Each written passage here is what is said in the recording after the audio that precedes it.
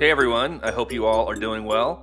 I just want to share some quick highlights from a Hong Kong trip I just came back from, where I went to visit a good friend of mine. Check this out. This place you're seeing here is super beautiful, super peaceful, and it's only 30 minutes outside of Hong Kong. There's miles and miles of hiking trails, some easy, some pretty difficult. You can also go swimming. I've been to Hong Kong several times, and I never knew this existed until this recent trip. If you want to escape the city and you love nature, this place is definitely a must-see. If you didn't know any better, you would think this beach here was somewhere in Hawaii or some other tropical location, but definitely not right outside Hong Kong.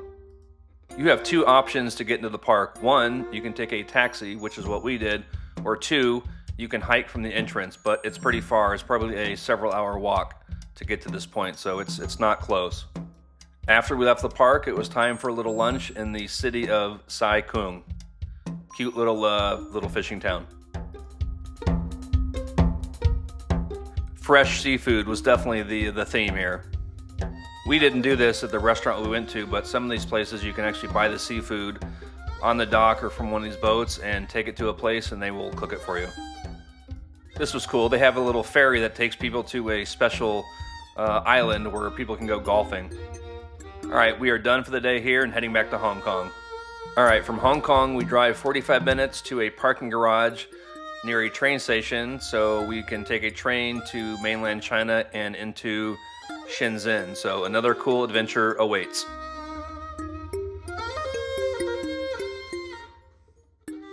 From the parking garage to the train station, it's about a 15-minute walk. There are other parking garages that are closer to the train station, but they were all full, so this was the next best thing. The trains run every 10 or 15 minutes, so there's definitely no hurry to get there. We are getting very close, just a couple more minutes.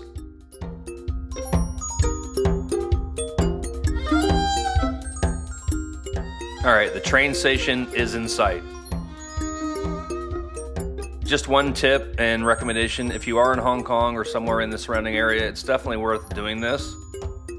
But just know it'll probably take you 45 minutes to walk through and present your passport and other papers, go through security check.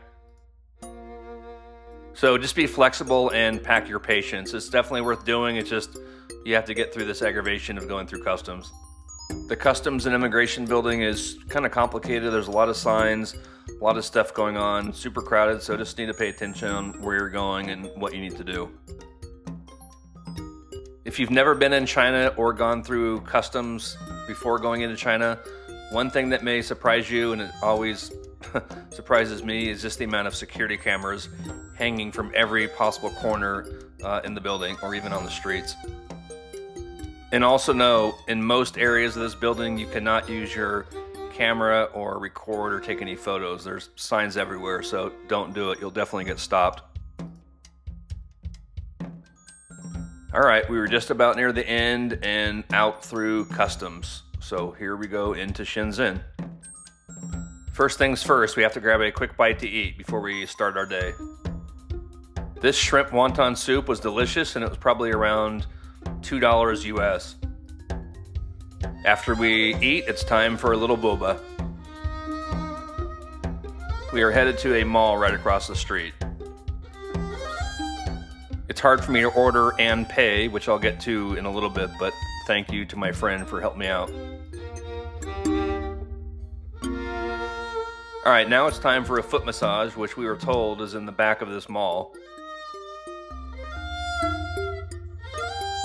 We didn't have any luck finding the place we were looking for, so we'll keep checking out. But a foot massage for under $10 US for an hour or 90 minutes is definitely a must, especially after you're walking around all day.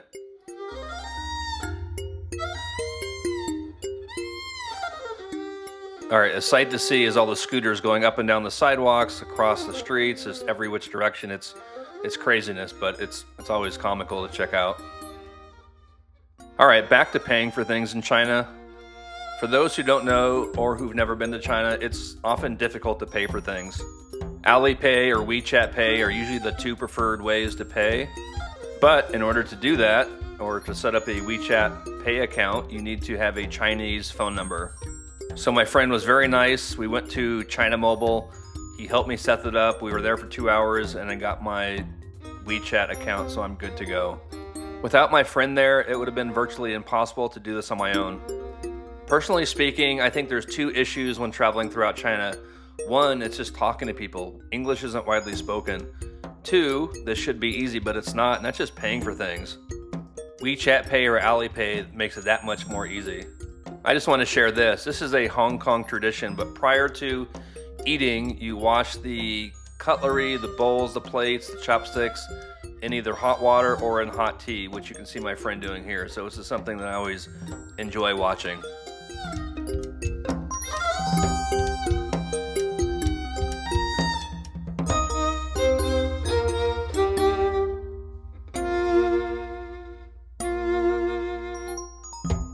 This here is a steaming, delicious bowl of ginger chicken.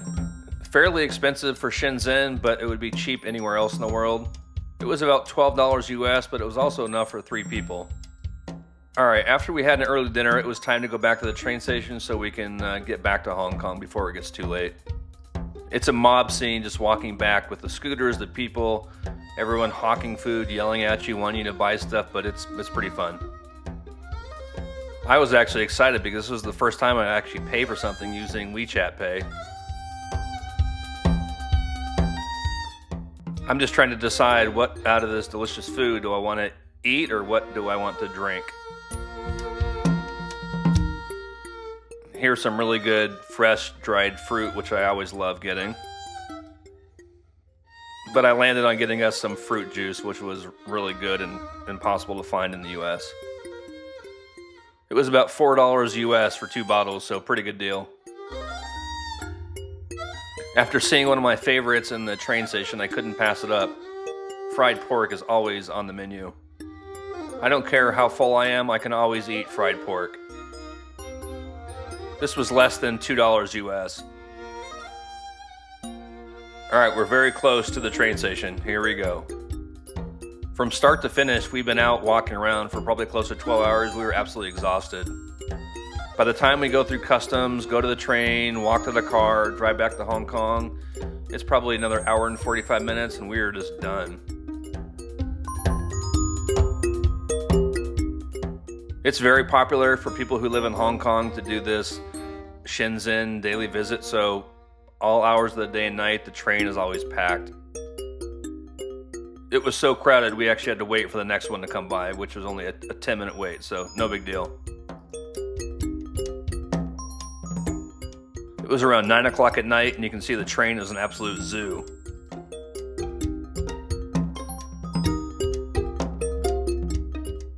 I know I'm pronouncing this wrong, but our stop is Shuang Shui.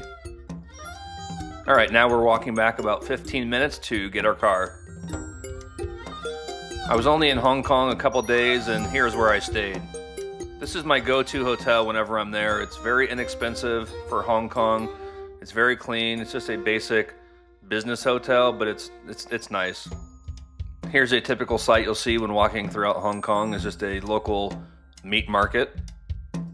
Just for reference, my hotel that I stayed at was near this HKU metro station. Very walkable, close to everything. It's just generally a good area. Here's more delicious food.